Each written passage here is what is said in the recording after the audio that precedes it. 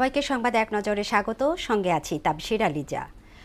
বাংলাদেশের জাতীয় পতাকা অবমাননা ও ভারতীয় সংবাদ মাধ্যমগুলোর অপপ্রচার সহ কয়েকটি ইস্যুতে দুই দেশের মধ্যে চরম উত্তেজনা বিরাজ করছে। এই প্রেক্ষিতে ভারতীয়দের জন্য বাংলাদেশের ভিসা সীমিত করা হয়েছে।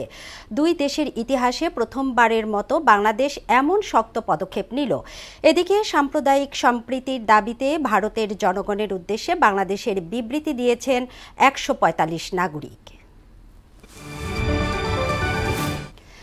দেশের উত্তর জনপদে জেঁকে বসেছে শীত। ঘন কুয়াশা আর হিমেল বাতাসে বিপর্যস্ত জনজীবন। দিনাজপুরে আজকের তাপমাত্রা ১০ ডিগ্রি সেলসিয়াস, যা চলতি বছর জেলার সর্বনিম্ন তাপমাত্রা। এদিকে একই চিত্র পঞ্চগড়ে।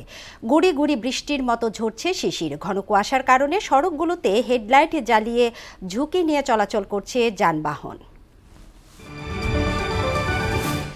ইসরায়েলি বর্বর হামলায় গাজার শরণার্থী শিবিরে ৫০ জনেরও বেশি মানুষ নিহত হয়েছে। এর মধ্যে মধ্য গাজার নুসেইরাত শরণার্থী শিবিরে ইসরায়েলি হামলায় ৬ শিশু এবং ৫ নারী সহ ২০ জনেরও বেশি লোক নিহত হয়েছে। অন্যদিকে উত্তর গাজার বেইত লাহিয়ায় ইসরায়েলি ধারাবাহিক বিমান হামলায় কমপক্ষে ২৯ জন নিহত হয়েছে জানিয়েছেন ওয়াফা সংবাদ সংস্থা।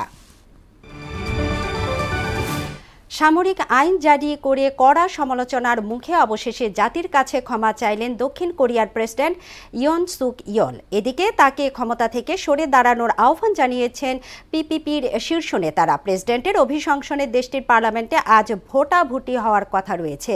তাই যদি হয় তাহলে অন্তর্বর্তী প্রেসিডেন্ট হিসেবে দায়িত্ব নেবেন প্রধানমন্ত্রী হান ডাক-সু।